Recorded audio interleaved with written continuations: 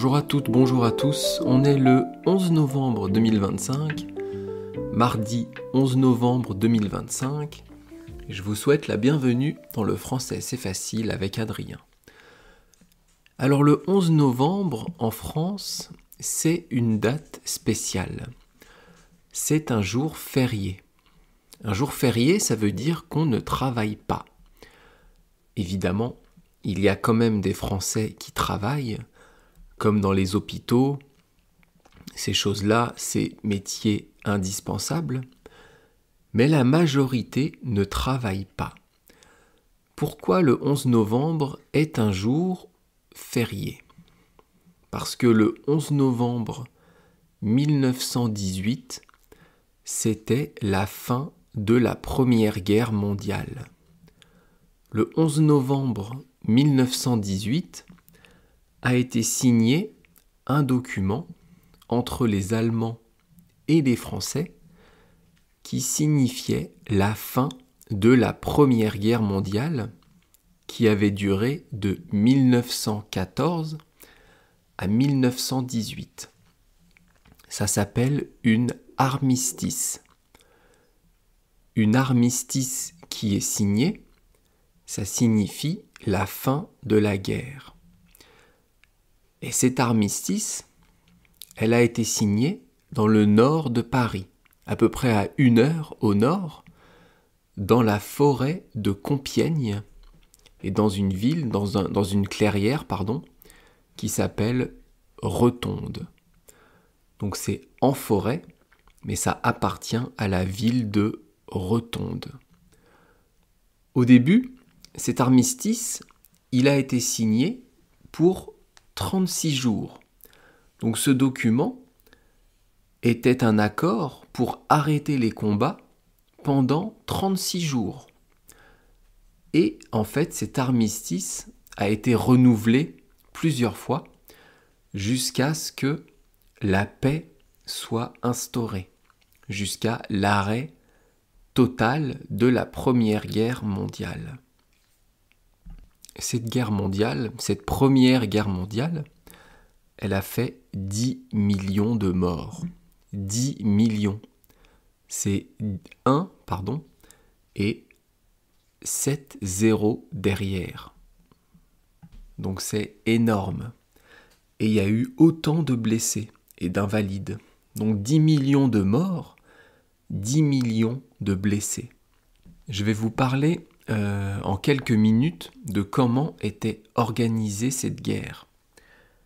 En fait, il y avait une alliance entre l'Allemagne, la Autriche-Hongrie, qui était un seul pays à l'époque, la Bulgarie, qui est un autre pays d'Europe, et la Turquie, qu'on appelait à l'époque l'Empire ottoman. Donc ça, c'était une alliance de plusieurs pays qui se battaient contre ce qu'on appelle les alliés. La France, l'Angleterre, l'Italie, certains pays d'Afrique du Nord, le Maroc, l'Algérie, certains pays baltes comme la Grèce, la Serbie, la Russie et les États-Unis. Donc il y avait 2 blocs qui s'affrontaient. Et cette guerre, pourquoi elle a fait beaucoup de morts ? D'abord parce qu'elle a duré longtemps et que c'était une guerre de position. Les 2 camps avaient creusé des tranchées à certains endroits, comme des grands trous où on pouvait circuler, et on essayait de gagner du terrain, mais c'était une vraie boucherie. Il y a eu des millions, comme je vous disais, et des millions de morts. Et en fait, en mars 1918, donc à peu près 6-8 mois avant le 11 novembre 1918, il y a eu un traité qui a été signé entre l'Allemagne et la Russie pour arrêter les attaques à l'Est. Le problème de l'alliance Allemagne, Autriche-Hongrie, Bulgarie, etc., c'est qu'ils avaient plusieurs fronts à défendre. Le front contre la France, le front contre la Russie à l'Est, et au sud avec l'Italie, etc. Donc en mars 1918, l'Allemagne et ses alliés, donc l'Alliance, a signé un traité avec la Russie pour arrêter les combats à l'Est. Donc, ils n'avaient plus qu'à s'occuper des combats à l'Ouest et au Sud. Mais l'Allemagne n'a pas réussi à tenir, l'Allemagne et ses alliés. Évidemment, il y avait beaucoup d'alliés à l'Ouest, Angleterre, France, Italie, Portugal, États-Unis, etc., etc. Donc l'Allemagne a reculé jusqu'à ce qu'elle se rende compte que l'Alliance avait perdu la guerre. Donc les Français et les Alliés ont fait venir les responsables de l'Allemagne, de l'Autriche-Hongrie, etc., en France pour signer un traité afin, comme je vous disais, d'arrêter la guerre. C'est l'armistice du 11 novembre, ça s'appelle le traité de Versailles, et ce traité de Versailles, que les Allemands vont considérer comme injuste pour eux, va être une des causes de la Seconde Guerre mondiale.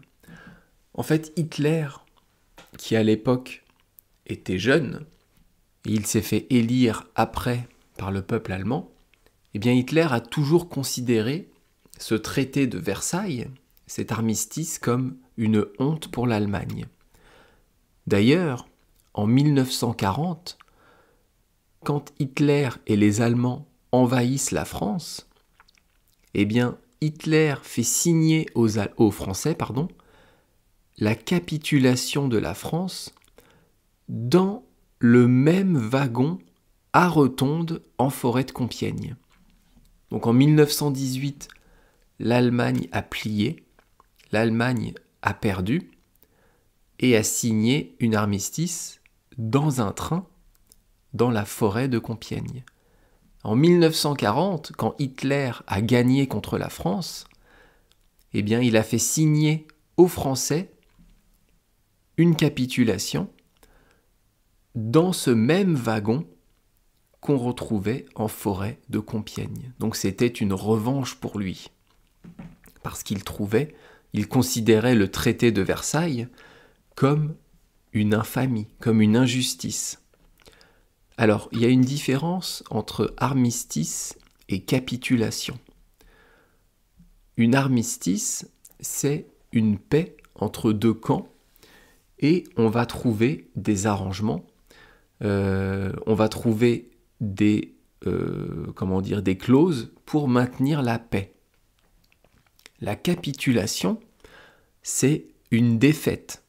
En 1940, l'Allemagne gagne contre la France et va d'ailleurs l'occuper pendant quelques années. Eh bien, la France capitule contre l'Allemagne.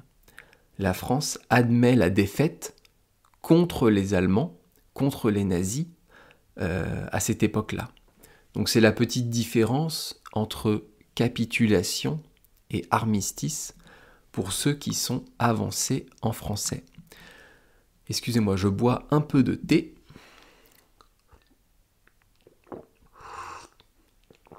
Voilà. Et donc maintenant, on va passer, après ce petit cours d'histoire, à l'expression du jour. J'espère que ça vous a pas trop ennuyé.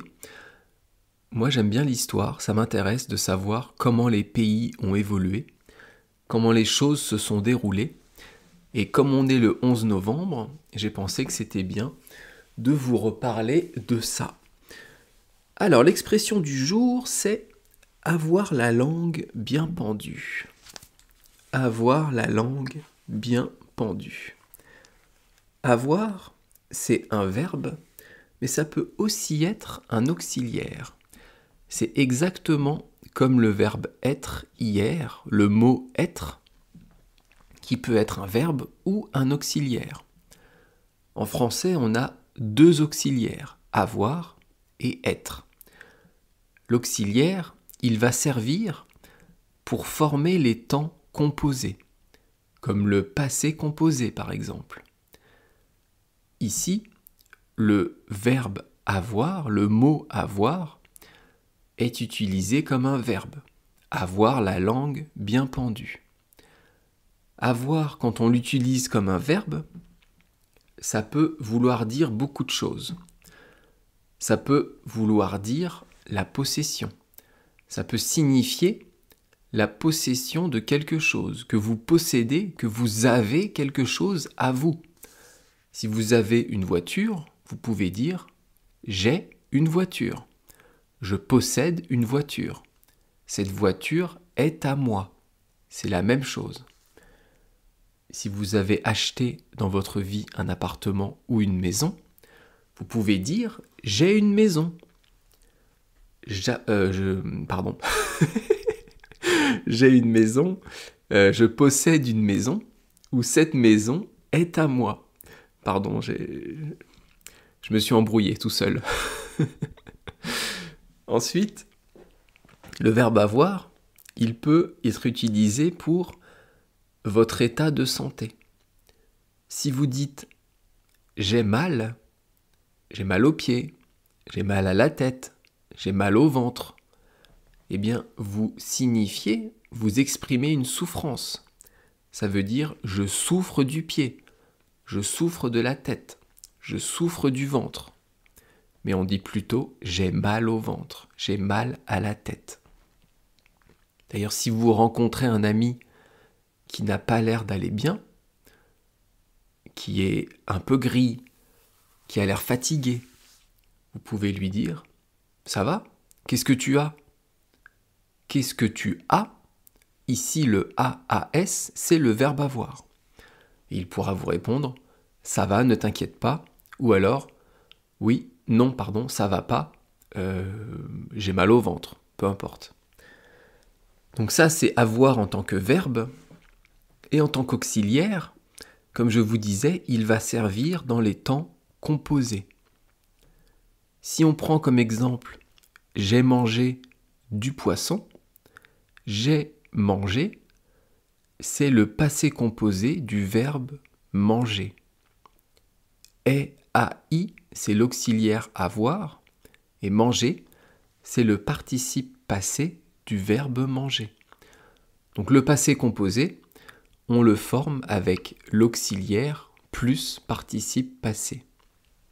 Si vous avez des questions sur les verbes, sur l'utilisation de tous les verbes en français, j'ai fait une série de podcasts là-dessus. Alors attendez, je vais vous retrouver ça. Alors le podcast sur le passé composé, où je vous ai expliqué en détail le passé composé, c'était le podcast 52 avec l'expression « Mon petit doigt m'a dit que ». Et après, dans les podcasts suivants, je vous expliquais un temps différent à chaque fois. En ce moment, et depuis quelques semaines, je ne parle plus d'astuces de français. Je pense que vous l'avez remarqué. Je fais uniquement une première partie sur ce dont j'ai envie et une deuxième partie sur l'expression du jour. Pourquoi ? Parce que j'ai déjà parlé de beaucoup de règles de français depuis le début de l'année. Donc je pense que on peut s'arrêter un peu pour l'instant.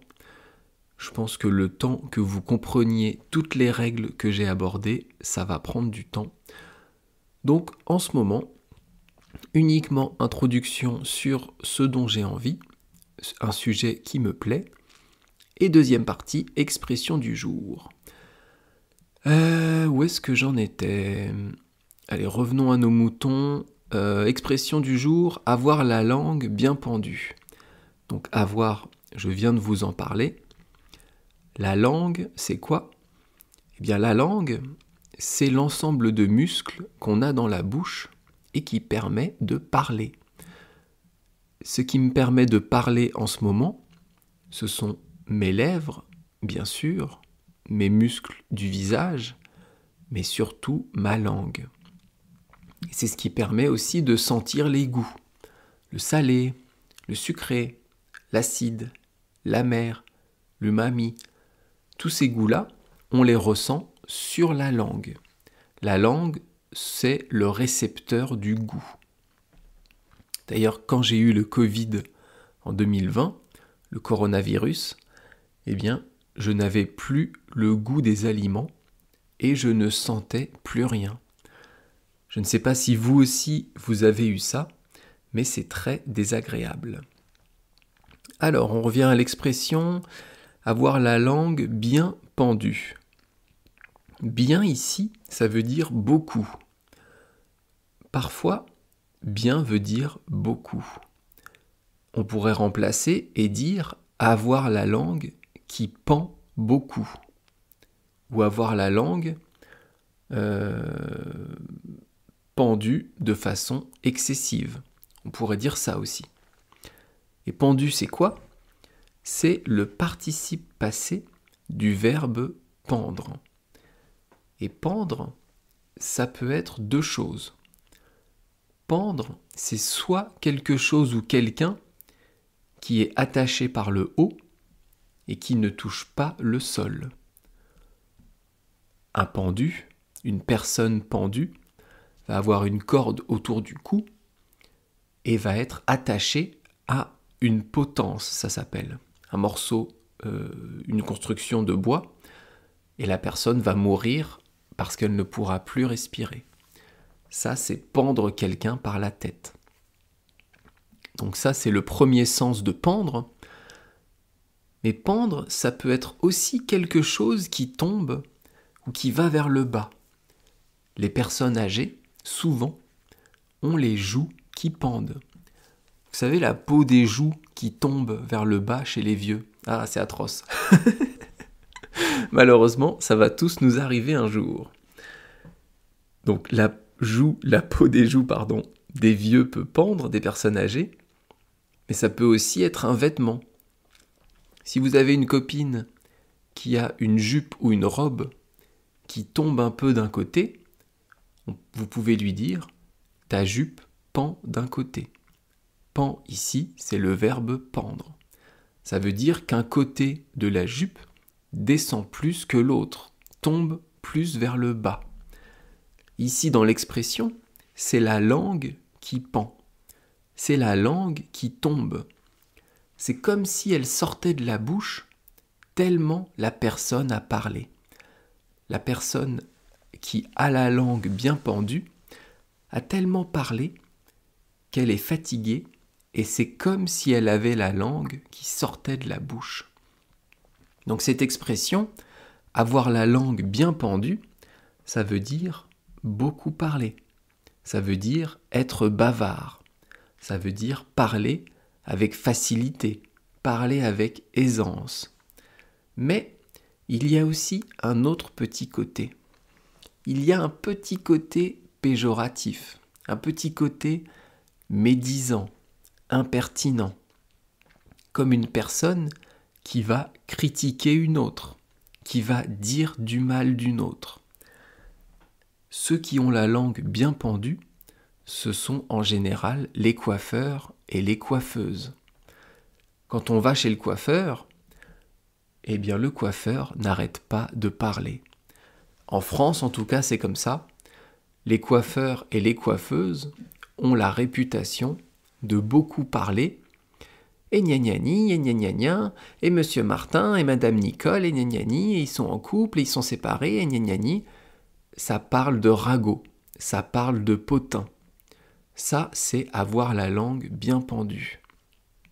D'ailleurs, j'ai un problème avec le coiffeur, c'est que lui me parle, mais moi, quand je vais chez le coiffeur, quand je vais chez le barbier, j'ai envie de dormir.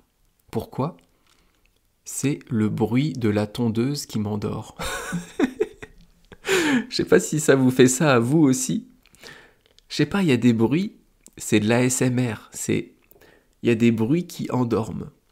Moi, c'est le bruit de la tondeuse chez le coiffeur. J'ai un pote, c'est le bruit de l'aspirateur. D'ailleurs, il demande à sa copine « Tu peux passer, s'il te plaît, l'aspirateur parce que j'ai envie de dormir. » Ah là là. Est-ce que vous aussi, il y a des bruits qui vous donnent envie de dormir ? Moi, c'est la tondeuse chez le coiffeur. Avoir la langue bien pendue, En anglais, on dit to be a chatterbox, être une boîte à paroles. Demain, nouvelle série, pas nouvelle expression. Je ne vais plus faire d'analyse de chansons françaises parce qu'il y a des problèmes avec les droits d'auteur sur YouTube. Donc, je vais plutôt parler de films français. Je vais utiliser une expression du film, une parole, pour profiter de vous parler du film en français. D'ailleurs, peut-être une ou plusieurs citations. Je vais commencer demain avec un film français très connu qui s'appelle Les Visiteurs. Et tous les 10 jours, je vous parlerai d'un film différent. D'ailleurs, si vous avez des idées, si vous avez des suggestions sur les films, je suis preneur. Merci beaucoup de m'avoir écouté. Je vous laisse ici parce que ça fait déjà plus de 20 minutes que je parle. Et donc je vous dis à demain. Bye bye, hasta luego. Matane!